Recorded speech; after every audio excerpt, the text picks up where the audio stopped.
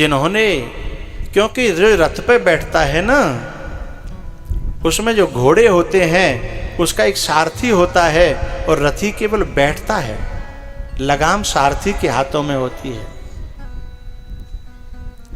लेकिन जो घोड़ा होता है ना, उस पे जो बैठता है उसको लगाम खुद के हाथ में रखनी पड़ती है। तो जो योगी होते हैं ना, योगी, उन्हें अपने घोड़े की लगाम अपने हाथ में रखनी पड़ती है। देखना इंद्रियों के न घोड़े भगे, रात दिन इनमें संयम के कोड़े लगे। योगी लोग। तीसरी है पालकी, जो भक्त हैं, जिन्हें न लगाम पकड़ना आता है, न जिन्हें धर्म के रथ पे सवार होना आता है, धर्म अधर्म भी समझ ज्यादा उनके समझ में नहीं आता। बोले तो बस वे तो भगवान के भरोसे बस उसमें बैठ जाते हैं, भक्ति की पालकी में ले जाने वाले अपने आप ले जाते हैं। यानी ठाकुर जी स्वयं जिन्हें ढोते हैं वो पालकी में बैठे हैं। लेकिन भरत जी तो भैया न पालकी में हैं और न घोड़े पे हैं और न रथ पे हैं। बोले तो वो कहते हैं कि न मेरे में धर्म है, न मैं योगी हूं और न मुझसे भक्ति बनती है। मैं तो असाधन हूं, मेरे पास कोई साधन नहीं है। और असाधन को भगवान के पास जाने के लिए बस उसकी तो पुकार का बल होता है, उसके हृदय की जो पुकार होती है उसका बल होता है। और उसे ठाकुर जी स्वयं लेके चलते हैं, या तो ठाकुर जी उसके पास चल करके आते हैं, या वो ठाकुर जी उसको स्वयं किसी सहारे से बुला लेते हैं। बात समझ में आ रही है ना? तो भरत जी पैदल चलते हैं।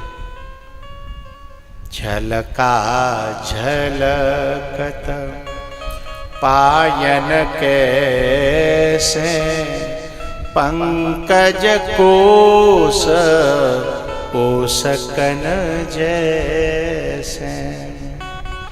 भरत जी के पांव में छाले पड़े हैं।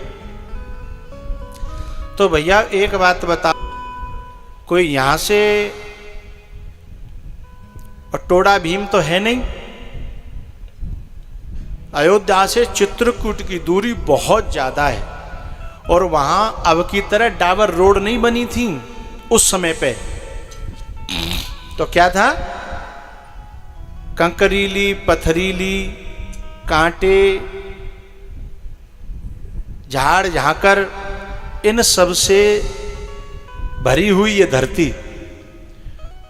तो यूं बताओ, वे जो फलक है, जो छाले थे, वे फूटे नहीं।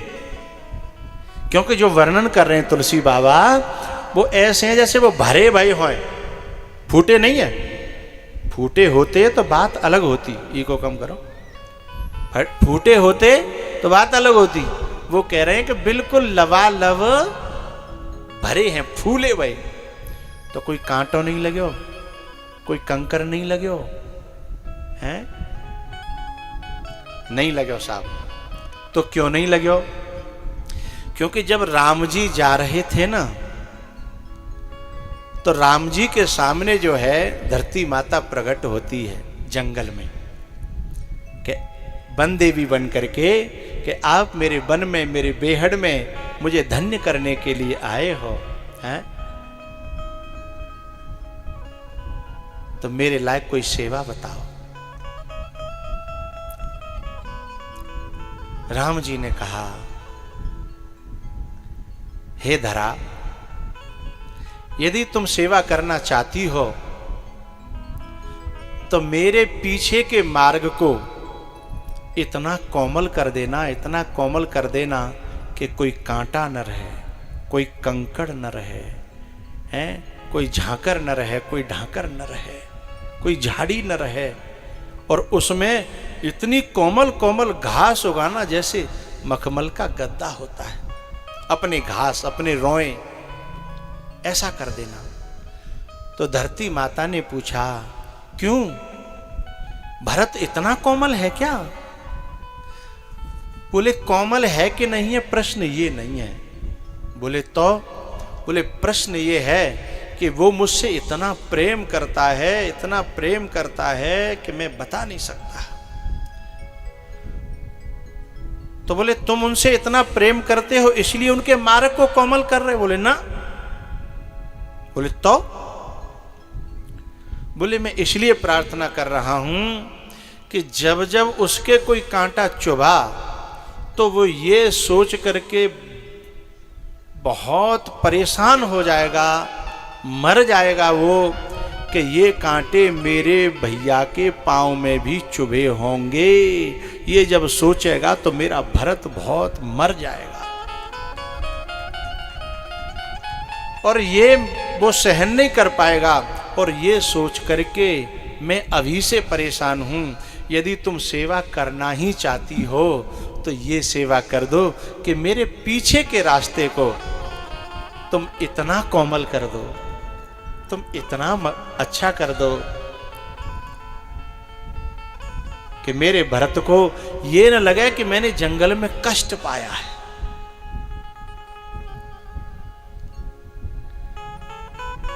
पृथ्वी ने कहा ठीक है, ऐसा ही होगा। तो असमग भयउन राम कहाँ, जस भा भरत ही जात। भरत को जाते समय जो रास्ता हुआ है, इसलिए गोस्वामी जी कह रहे हैं,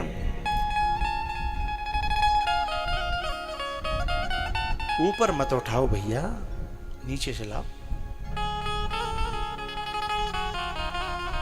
झलका झलकत पायन कैसे,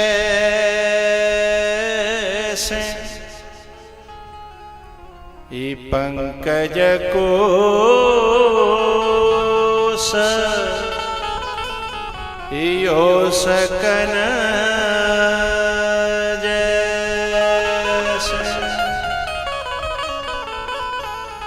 पंकज कोस कर जैसे।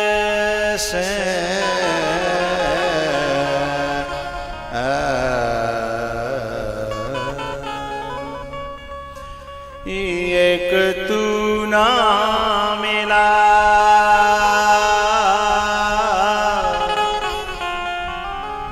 सारी दुनिया मिले भी तो क्या,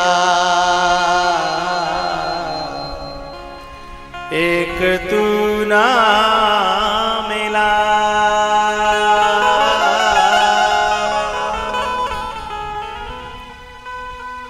भरत जी का हृदय कहता है कि मेरा भगवान, मेरा राम, मेरा भाई, मेरा बुद्ध पुरुष न मिले तो ये सारी दुनिया मेरे लिए किसी काम की नहीं है। और यदि वो मिल जाए हैं तो ये सारी दुनिया मेरे काम की है। एक तू ना मिला सारी दुनिया मिले भी तो क्या,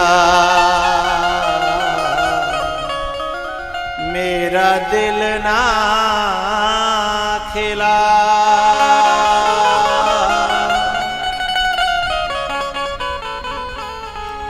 मेरा दिल ना खिला सारी बगिया खिले भी तो क्या, एक तू ना मिला।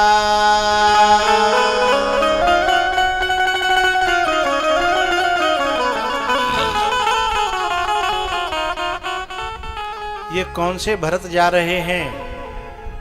जिनके अंदर राम उतर गए हैं। और जिनके अंदर राम उतर जाते हैं ना, वो सब विधि साधु हो जाता है। हम तो एक ही विधि को नहीं निभा पाते हैं। हम तो एक किसी धर्म को ही पूरी तरह नहीं निभा पाते और हमारे ऊपर अनेकों धर्म लदे रहते हैं। यदि अभी परिवार में कोई भैया से बहुत प्यार करे, भैया धर्म भाई के धर्म को निभाए, तो औलाद रूठने लगती है कि ये तो भैया कोई मरेगा, तो बाप का धर्म कमजोर होने लगता है। यदि कोई अपनी पत्नी को खुश करने की कोशिश करे, पति का पूरी तरह धर्म निभाने की कोशिश करे, तो माँ नाराज होने लगती है, हैं कि तू तो बस भाई की बात मानता है, घरवाली की, मैं तो तेरी कोई लगती नहीं। और यदि माँ की बात मान करके बेटे का अच्छी तरह धर्म निभाने लगे, तो पत्नी नाराज होने लगती है। घर वालों को जिसको ज्यादा समय दे दे बस उसी का होकर के रहने लगता है, ऐसा सब लोग कहने लगते हैं। लेकिन पता है, जिसके अंदर राम उतरता है और वो भरत बनता है, उसके लिए वो सारे धर्मों को इतनी अच्छी तरह से निभाता है कि संतों को भी कहना पड़ता है, भरद्वाज जैसों को, कि तात भरत तुम सब विधि साधु, तात भरत तुम, तात भरत तुम सब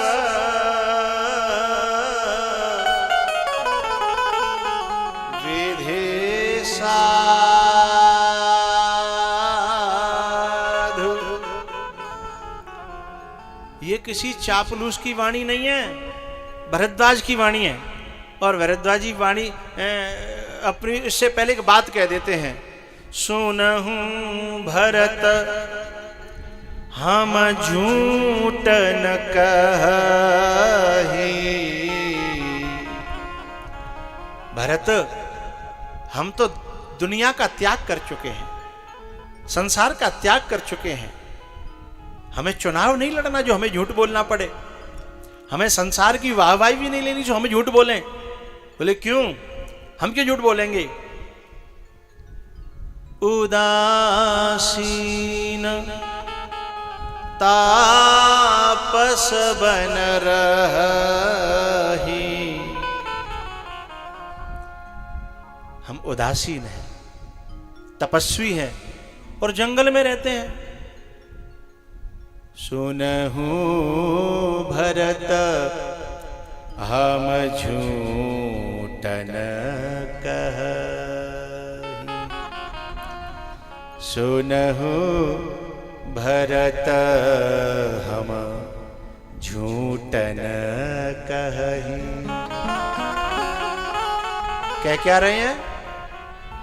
तात भरत तुम सब विधि साधु, साधु।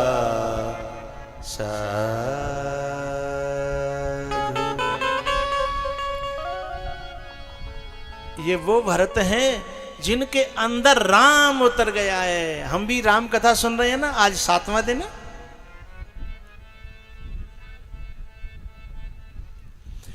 राम चरण अनुराग अगाधु।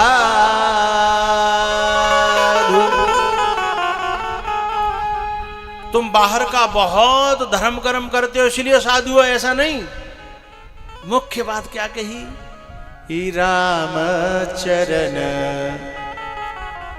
अनुराग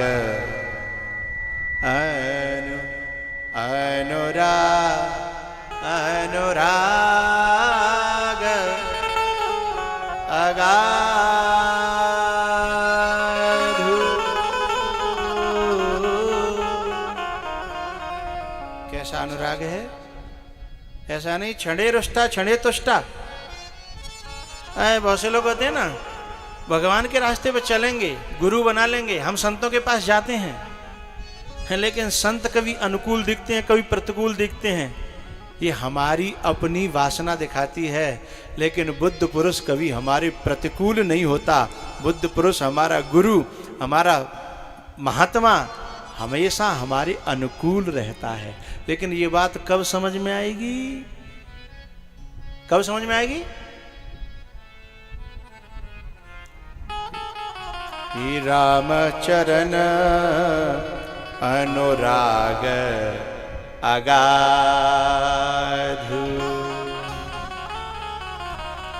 एक बात बताऊं, जो प्रेमी होता है ना, क्रियाओं की परिभाषा अपने प्रेम को आधार बना करके करता है।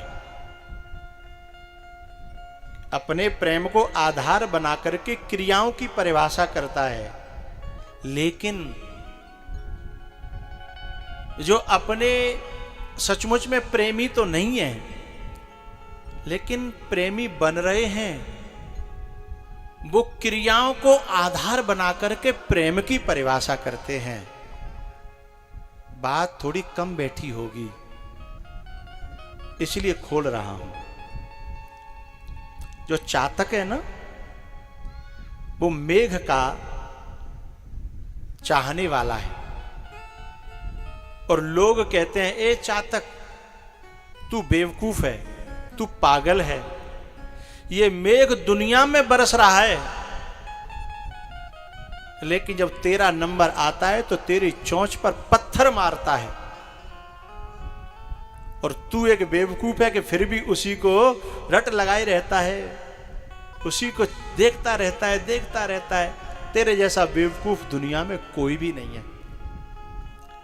चातक की परिभाषा सुनिए।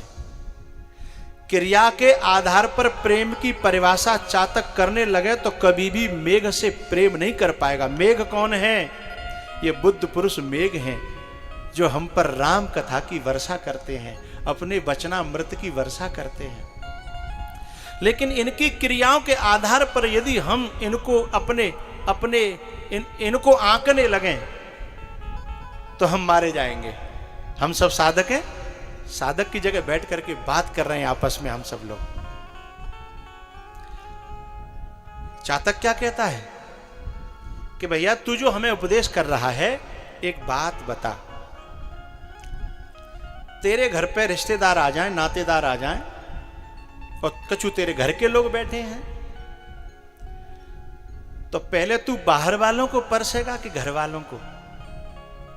वो बोला कि घर वाले तो कभी भी खा लेंगे, और बचेगा तो खा लेंगे, नहीं बचेगा तो कोई बात नहीं, लेकिन बाहर वालों को परसना जरूरी है।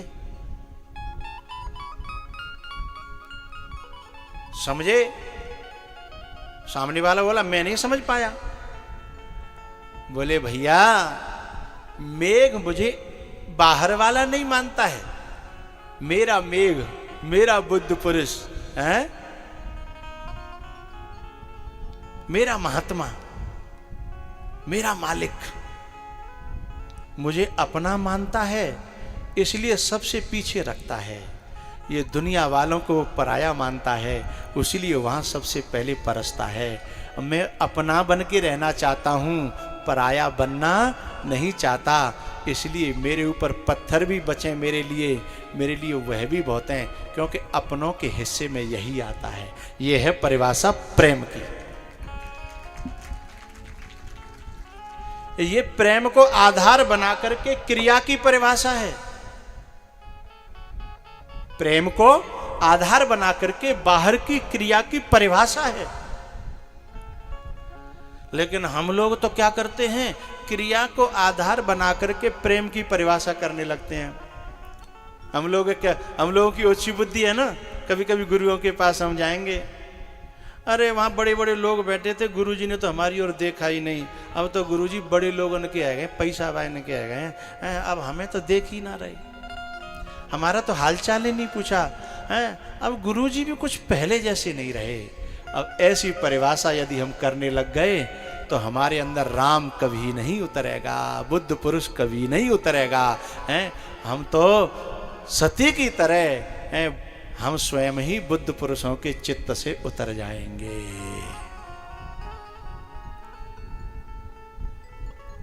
भरत तत्व वो है जो किसी भी क्रिया की परिभाषा करता है तो प्रेम को आधार बना करके करता है।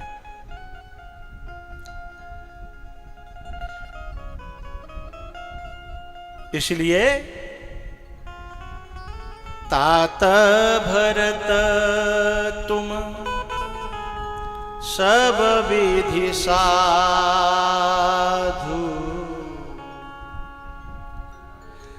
राम चरण अनुराग अगाधु।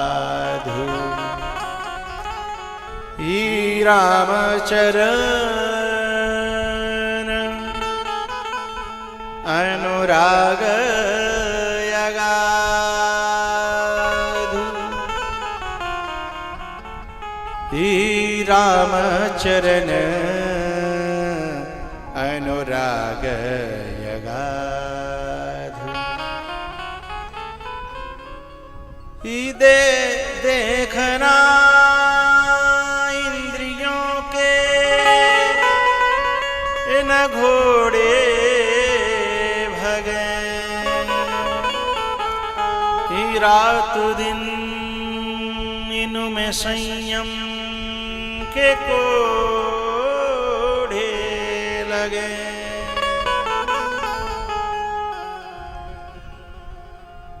राग अनुराग में दो शब्द हैं, राग और अनुराग। व्याकरण में अनु जो है उपसर्ग है, जो राग के संग जुड़ करके अनुराग शब्द बन जाता है। अनु अव निस निर दुस दुर वी आंगनी, ये उपसर्ग हैं जो शब्द का अर्थ बदल देते हैं। अनुराग, राग तो वो है जो संसार में लपेट दे, हमें संसार के रंग में रंग दे। और अनुराग वो है जो राम के या अपने इष्ट के या अपने गुरु के या अपने बुद्ध पुरुष के रंग में रंग दे, वो अनुराग है। राग और अनुराग का अंतर पता चला? जो संसार के रंग में रंग दे वो राग है, और जो राम के रंग में रंग दे, बोलो हैरी मैया आओ, ओ बहरी आओ। जो संसार में रंग दे, नाती पोता बेटा भैंस पोहिन में रंग दे, वो राग है, हैं? और जो गुरु में रंग दे, हमारे बुद्ध पुरुष में रंग दे, अपने इष्ट में रंग दे, हैं? हमारे राम में हमें रंग दे, हैं?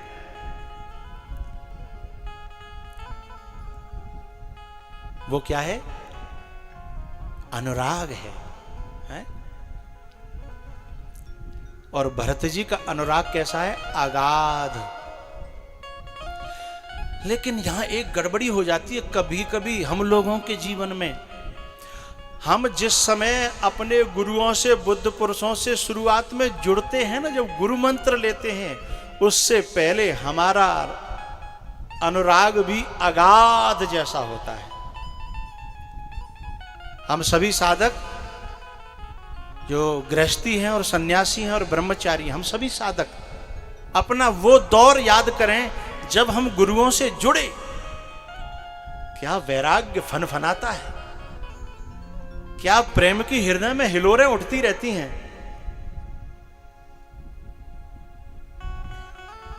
लेकिन वो सदा नहीं रहता।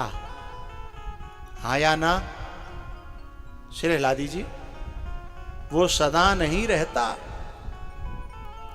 हम जितने लाल कपड़ा पहन के बैठे हैं ना, हम भी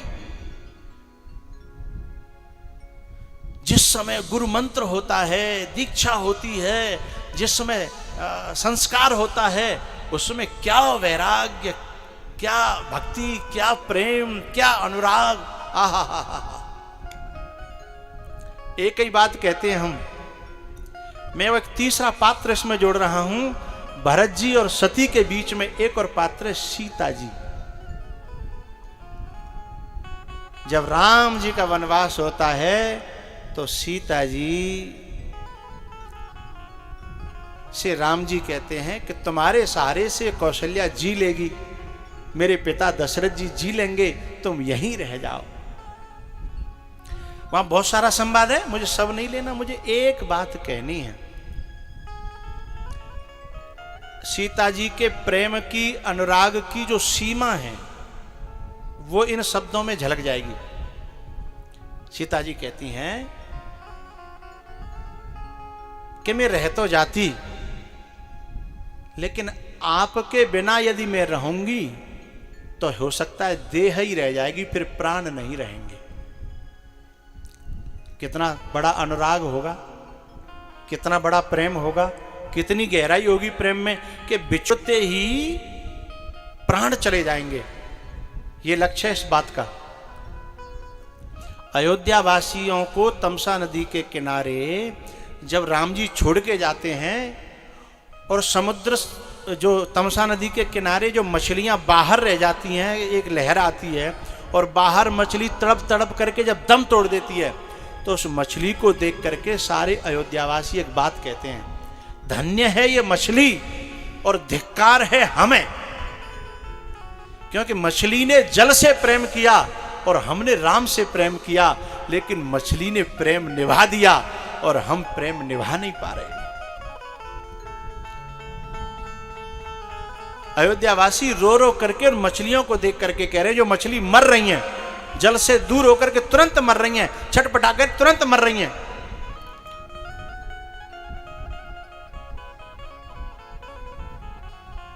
अयोध्यावासी उन मछलियों में वो प्रेम का, अनुराग का गहरापन देख रहे हैं। निंदहि आप सराहि मीना,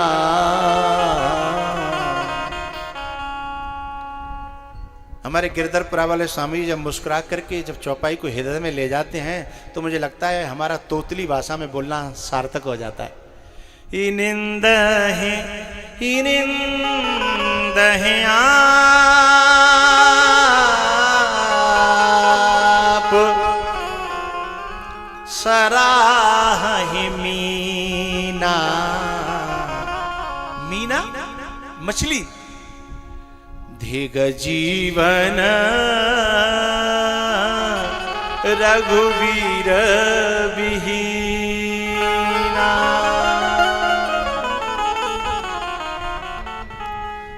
धिग जीवन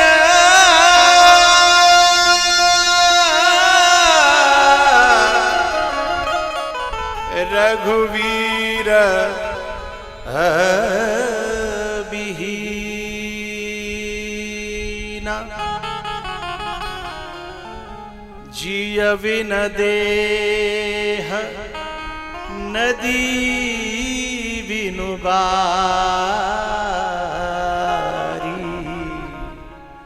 तैसे ही नाथ पुरुष बिन नारी,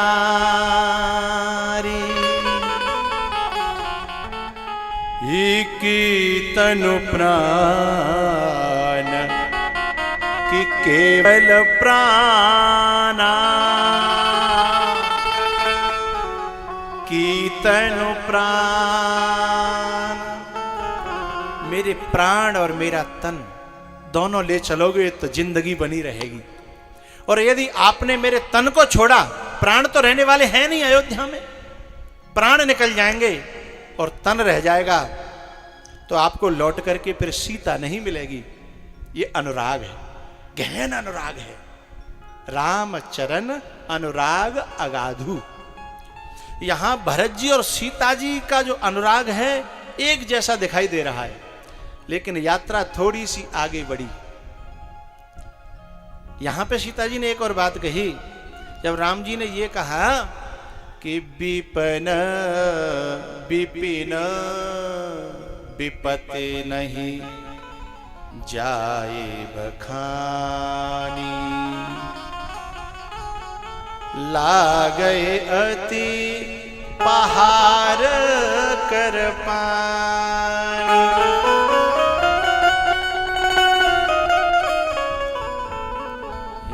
लागए अति पहाड़ कर पानी, पिताजी ने कितना प्यारा उत्तर दिया, इतना प्यारा उत्तर कि शायद ही किसी के लिए संभव हो। बोले विपत्ति का आभास किसे होता है भगवान? बोले मन को।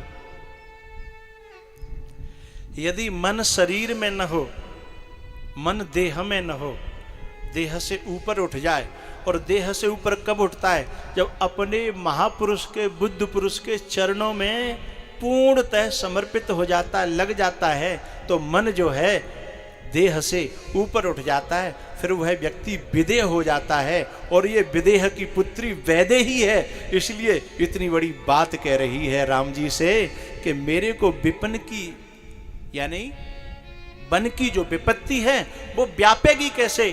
क्योंकि आपके जो चरण है ना, उनमें मेरा मन रहेगा, मेरा मन देह से ऊपर रहेगा, तो मेरे मन को जो है उन सुख दुखों का आभास नहीं होगा। राम जी ने कहा फिर तो कोई बात नहीं है, जब इतना ही मन तुम्हारा मेरे उनमें लगा हुआ है, फिर तो कोई बात ही नहीं। छिन छिन सचरण सरोज निहारी, छिन छिन चरण सरोज निहारी।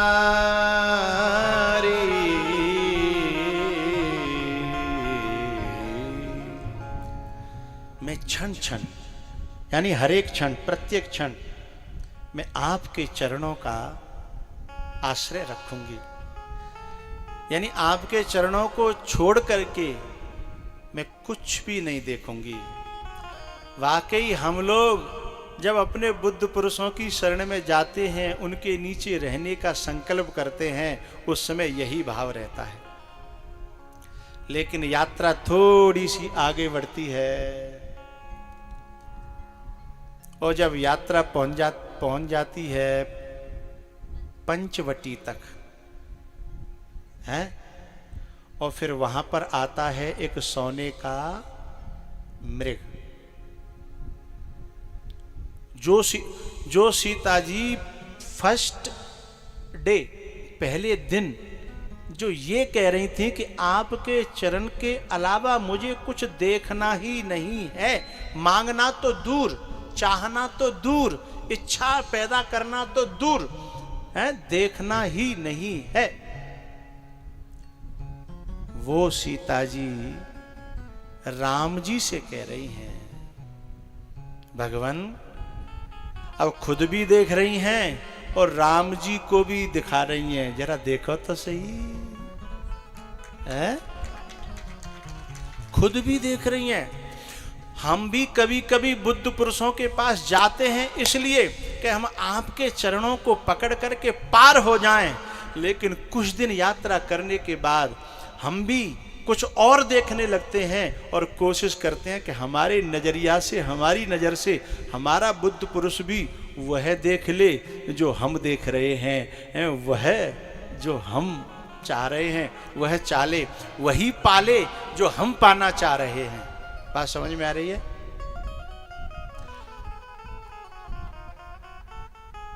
ऐसा साधक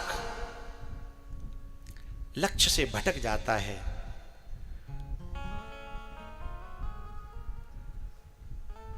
और जाना होता है और कहीं है, कहीं और चला जाता हूं, जाना होता है और कहीं और चला जाता हूं। अब सीता जी की यात्रा यहां से मोड़ ले जाती है। सीता जी खेल खेल रही हैं, नाटक कर रही हैं, ये तो हम सब जानते ही हैं। एक साधक की जगह, एक आश्रित की जगह सीता जी हैं, और वहीं आज हम बैठे हैं। हमें ये देखना है कि हम भी किसी पंचवटी पे जाकर के हैं, बुद्ध पुरुष के चरणों को छोड़ करके, उनके चरण चिन्हों को छोड़ करके, उनकी चरण रज को छोड़ करके हम भी किसी मृग को तो देखने नहीं लग गए हैं। हम भी कहीं स्वर्ण माने स्वर्ण उपलक्षित है माया है, स्वर्ण उपलक्षित है धन हैं? स्वर्ण उपलक्षित है ये संसार। हम कहीं ये देखने तो नहीं लग गए।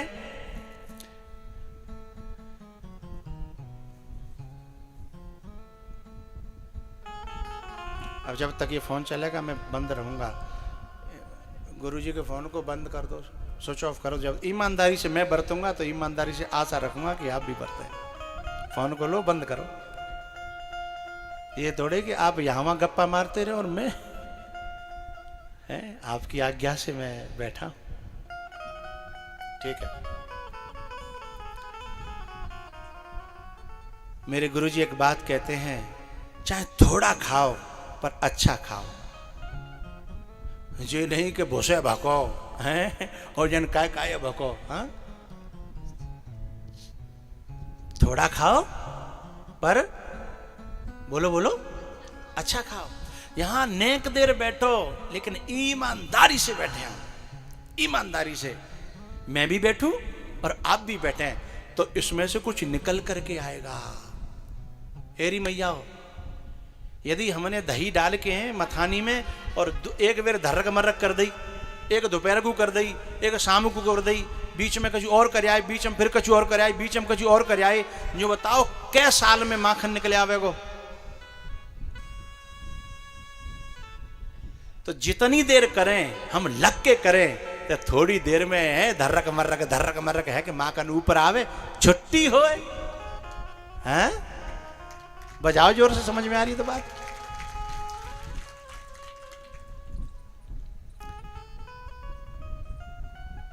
हमेशा एक दूसरे के हक में दुआ करेंगे ये तय हुआ था।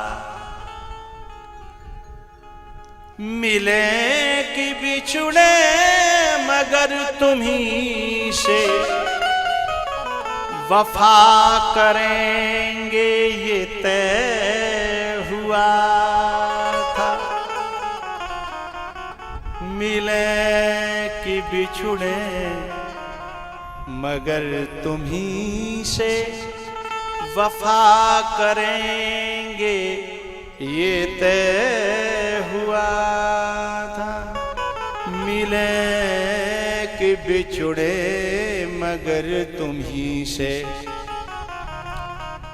वफा करेंगे ये तय हुआ था।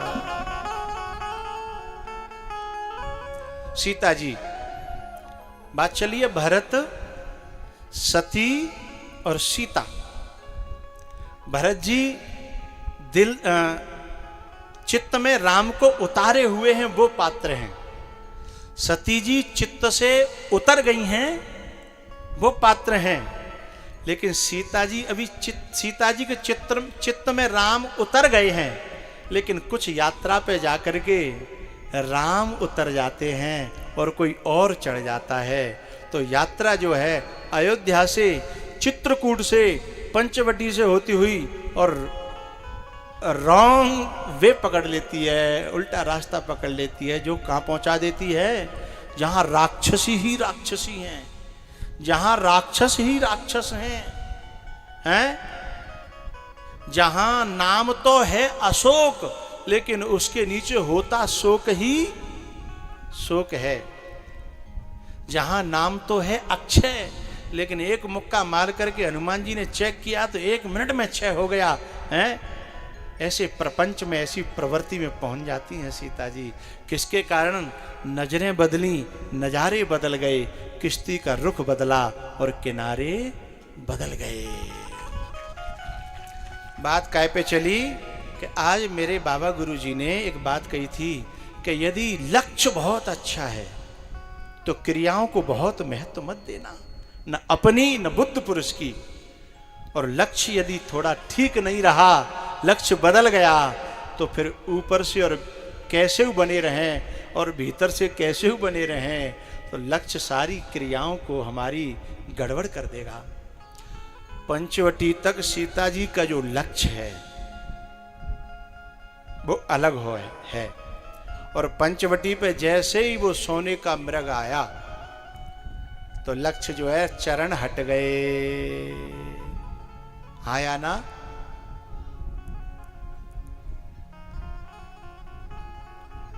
और मृग बन गया। और मृग भी असली नहीं। भैया जितने पंच पटेल बैठे हैं और जितने संत भगवान बैठे हैं, आज तक काऊ ने सोने को मृग देखे हो? सोने को मृग तो देखे हैं, लेकिन सोने को मैंने तो नहीं देखा। मेरे संपर्क में जितने लोग आज तक आए उन्होंने भी नहीं देखा। समझिएगा, जिस समय लक्ष्य से व्यक्ति भटक जाता है ना, उस समय परखने की क्षमता भी खत्म हो जाती है। क्योंकि परखने की क्षमता को ही हमारे वेदांत में विवेक कहते हैं। परखने की, सत असत को परखने की क्षमता को विवेक कहते हैं। और विवेक जो है, जब लक्ष्य से व्यक्ति भटकता है तो सबसे पहले तो विवेक ही मरता है ना।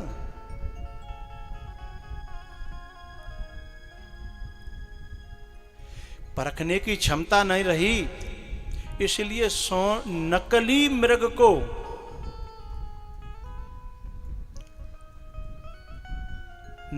मृग को चाहने लगी हैं सीता जी। और राम जी से खुद कहती हैं कि बड़ा प्यारा लग रहा है, बड़ा सुंदर लग रहा है। उस समय राम जी बैठे बैठे मुस्कुराने लगे। बुद्ध पुरुष जो होते हैं ना, गुरुजन जो होते हैं ना, जरूरी नहीं है कि वो हमारी क्रिया पर उसी समय कोई रिएक्शन दें। वो सुनते हैं, समझते हैं, हंसते हैं, समय आने पर उसका उत्तर भी देते हैं। लेकिन वो जिस समय हम कर रहे होते हैं ना, उस समय उसको देखते हैं, सुनते हैं, हंसते हैं। राम जी हंसने लगे मन ही मन कि ये क्या हुआ? चरण से हटके हिरन पे, चरण को छोड़ करके हिरन है।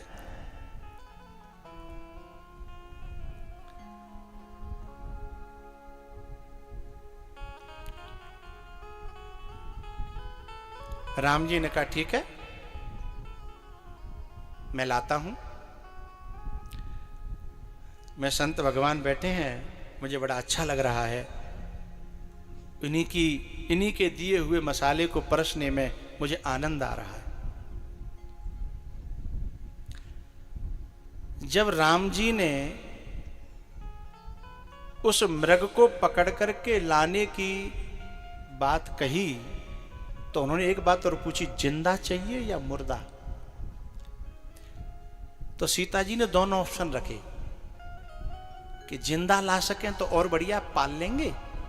लेकिन यदि जिंदा न आ पाए, आप मार के भी लाओगे तो इसकी मृगशाला बना करके बिछाने के काम आ जाएगी। दोनों ऑप्शन मिल गए। तो मैं आप सभी श्रोताओं से एक प्रश्न कर रहा हूं। जिस समय जयंत ने सीता जी की चरण में चोंच मारी थी, उस समय राम जी के पास में धनुष बाण नहीं था, अलग रखा हुआ था दूर। उन्होंने ये भी उचित नहीं समझा कि धनुष लाएं, बाण लाएं और तब जाके उसके ऊपर छोड़े। उस समय राम जी क्या कर रहे थे? सीता जी का श्रृंगार करने के लिए जंगल से फूल लाए थे, और जो पेड़ों की जो पत्तियां होती हैं लंबी लंबी सीक वाली, उन सीकों को लाए थे। तो सीकों में फूलों को और पत्तियों को भर भर के गोल गोल मालाएं बना रहे थे, जूड़े में लगाने के लिए, हाथ में पहनने के लिए। तो राम जी ने न धनुष लिया न बाण लिया, वो सीक उठा ली और सीक उस जयंत के पीछे छोड़ दी। और वो सीक जो है जयंत के पीछे ऐसी पड़ी कि वो पूरे तो मृत्युलोक में घुमा लाई, उसके बाद स्वर्ग में, उसके बाद ब्रह्मलोक में, जब यहां से पार न पड़ी तो फिर आकाश मंडल में वो सोच रहा था कि अब कहां जाऊं, अब कहां जाऊं। फिर नारद जी ने कृपा करी तो लौट करके चरणों में आके गिर गया। वो सींक जो है एक आकाश मंडल में नहीं, ब्रह्मांडों में जिसकी पहुंच थी जयंत की, उसका पीछा करके उसे घुमा फिरा के डुला डुला करके और लौटा करके चरणों में लाके पटक दिया सीता जी के। कौन? जयंत कौआ। इतनी बड़ी सामर्थ्य थी सींक में, राम जी के हाथ की सींक में। तो मैं आपसे एक बात पूछ रहा हूं कि जिस समय हिरण को पकड़ने की बात आई थी तो वो सींक खो गई थी, या राम जी के हाथों की शक्ति कहूं चली गई थी, या धनुष में ऐसा कोई बाण नहीं हो कि हिरण पकड़ पकड़ आए के लाए क्यों सीता जी के पामन में घेर दे? तो मैं पूछ रहा हूं, तालियां बजा दो, नहीं बता रहे हो तो फिर वो सींक, वो बाण राम जी ने हिरण के पीछे क्यों नहीं छोड़ो? जो सींक जो है कौआ के पीछे छोड़ी, हिरण हाँप के भाग भाग के, जब कहूँ रास्ता नहीं मिलता तो आए के पावन में गिरतो कि नहीं गिरतो? कौआ ते ज्यादा उड़े बारो तो नहीं हो, मूड हला करो भैया। बस जयंत ते ज्यादा उड़े वारो हिरण तो नहीं हो, बाकी ज्यादा ते ज्यादा उछाल मारता तो 10 मीटर, 20 मीटर, 50 मीटर, लेकिन कौआ तो जब उसको वो सींक लाके चरणों में पटक देती है तो बात सींक के बाद हिरण के पीछे छोड़ देते, लेकिन यहां सींक नहीं छोड़ी, सींक नहीं छोड़ी। धनुष लेके, बाण लेके वह हिरण के पीछे भाग रहे हैं। क्यों? उन साधकों के जिनके चित्त में राम उतरे हुए हैं, उनकी समस्याओं के पीछे राम अपने बाण छोड़ देते हैं। उनकी समस्याओं को समाप्त करने के लिए राम के बाण ही उनकी समस्याओं को समाप्त कर देते हैं। लेकिन जिनके चित्त में राम की जगह हिरण उतरने लगते हैं, माया उतरने लगती है, सोना चांदी उतरने लगता है, तो फिर राम उनकी समस्याओं के पीछे बाण नहीं छोड़ते, राम ही उन्हें छोड़ करके उनकी समस्याओं के पीछे चले जाते हैं। समस्याओं के बहाने से राम ही उन्हें छोड़ करके, क्योंकि राम कहते हैं कि तुमने जब चित्त से उतार दिया। एक शायरी सुनाऊंगा, आपके दिल को गार्डन गार्डन करेगी। भगवान कहते हैं कि मैं उसके दिल में रहना चाहता हूं जिसके दिल में मेरे अलावा कोई और न हो। और कुछ लोग मुझे बाहर से अपने पास रखना चाहें और दिल दिमाग से उतार दें, फिर मैं उनके पास कैसे रहूंगा? हैं? तो जो दिल जिगर दिमाग से उतर गए, जो दिल जिगर दिमाग से उतर गए, फिर क्या फर्क पड़ता है कि वो किधर गए? जो दिल जिगर दिमाग से उतर गए, फिर क्या फर्क पड़ता है कि वो जाने किधर गए? तो राम जी उस समय सीता जी के चित्त में उतरे थे। उस समय राम जी सीता जी को छोड़ना नहीं चाहते थे, लेकिन आज सीता जी के चित्त में, हृदय में राम जी उतर गए हैं। सोना बस गया है, मृग छाला बस गई है, मृग बस गया है नकली है। और हमारे पाश्चात्य दार्शनिक कहते हैं, जोसेफ मर्फी, रोंडा वर्न और भी बहुत सारे, डेल कार्नेगी, जो विदेशी जो दार्शनिक हैं, वह भी कहते हैं कि जो चित्त में बस जाता है, या तो वो उस वस्तु के पास पहुंच जाता है, या वो वस्तु उसके पास चल करके आ जाती है। इसी बात को वेद भी कहता है, पुराण भी कहते हैं, और हमारे गोस्वामी जी सरल शब्दों में कहते हैं, जेहि कर जेहि पर सत्य स्नेहु, सोते ही मिलहि न कछु संदेह।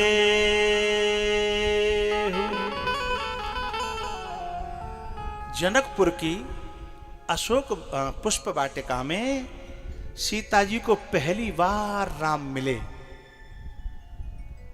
और उसी समय चित्त में उतार ले आई। कैसे? लोचन मग राम ही उर आनी, दीनेहु पलक कपाट सयान। एरी मैया, पलक कपाट, कपाट कहते हैं किवाड़ों से, पलक की किवाड़ लगा ली, कुंदी लगा ली। बोले क्यों? बोले वो चाहती थी कि राम आ तो गए पर अब कहीं इनमें से बोलो बोलो निकल न जाए, इसलिए दीनेहु पलक कपाट सयानी। राम जी ने कहा जब आप इतना प्रेम करती हो तो अभी तुम्हारी आंखों में आए हैं, बस थोड़ी देर में आपकी जिंदगी में आने वाले हैं। उसके बाद धनुष तोड़ा तो काय में आ गए? जिंदगी में आ गए हैं। पहले आंखों में आए, चित्त में उतरे, फिर जिंदगी में आए। तो जो चित्त में उतरता है वो वस्तु उसके पास आ जाती है ना, जो चित्त में उतरती है। राम जी ने कहा कि हम तुम्हारी जिंदगी में आ रहे हैं, लेकिन जिंदगी में रहेंगे तब तक, कब तक? जब तक तुम इन पलकों को लगाए रखोगी, खोलोगी नहीं, निकलने नहीं दोगी, इसमें किसी और को घुसने नहीं दोगी। लेकिन आज पंचवटी पे आकर के सीता जी ने वही पलक खोले, वहां से राम बाहर किए और वहां से वो फुदकता हुआ, किलोल करता हुआ, सोने का बड़ा प्यारा है। लोग जब आंखों की उपमा कह देते हैं ना किसी को, तो बोले कैसे हिरणी जैसी आंखें हैं। वो सुंदर हिरण किसकी जगह बिठाया ला करके? राम जी की जगह पर। तो राम जी ने कहा राम राम, हम चले हैं, हम चले। हम तो उस दिन के उस शर्त पर आए थे,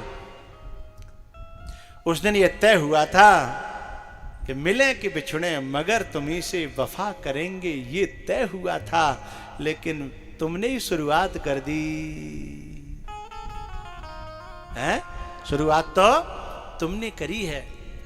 तो चित्त में जब राम उतरता है तब राम बुलाना नहीं पड़ता, राम समस्याओं के पीछे अपने बाण छोड़ता है। लेकिन स्वयं राम माने बुद्ध पुरुष, राम माने गुरु हैं, राम माने ये हमारे, हम जिनके आश्रित हैं, हमारे तो यही राम हैं भैया। हमने कहाँ राम देखा है, हैं?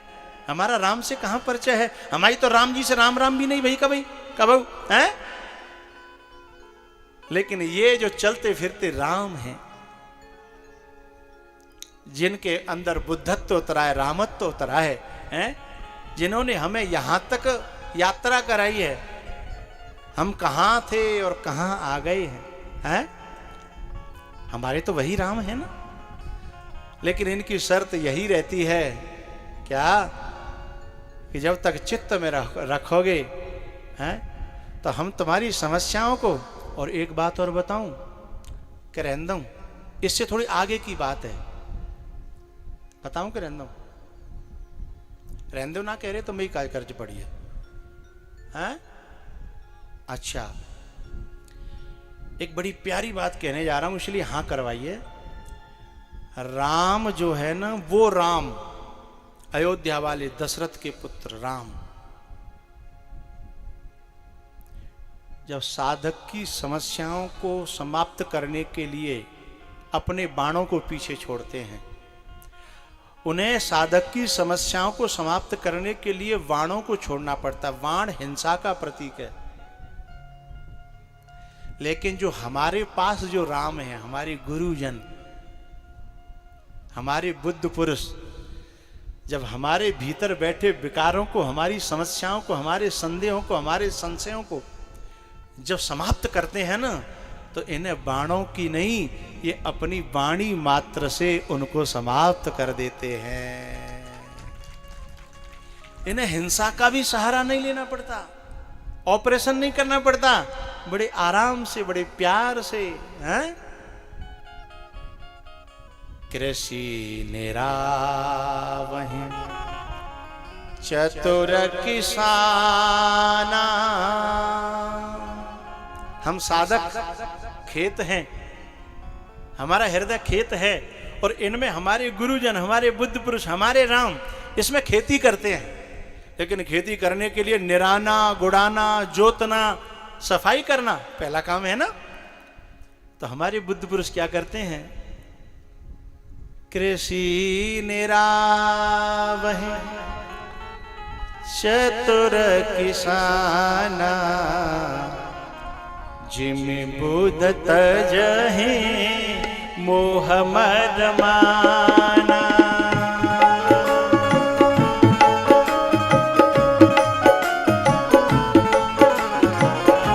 कृषि निरावहि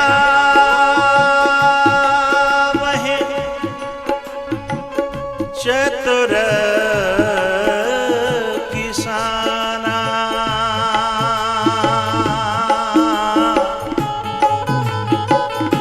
जिमि बुध तजहि मोह मद माना। जिमि बुध तजहि मोह मद माना।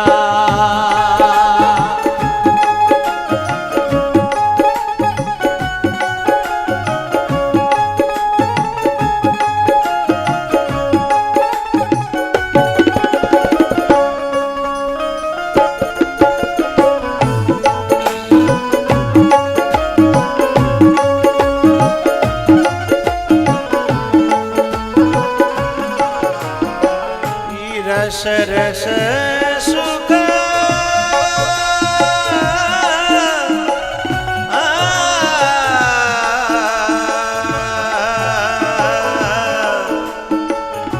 सरित सर पानी।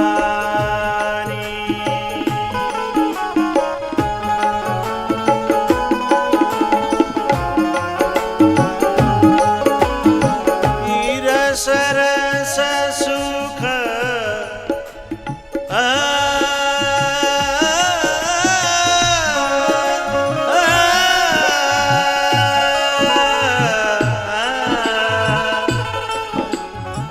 सरित सर पानी। ममता त्याग करे जिमि ज्ञानी।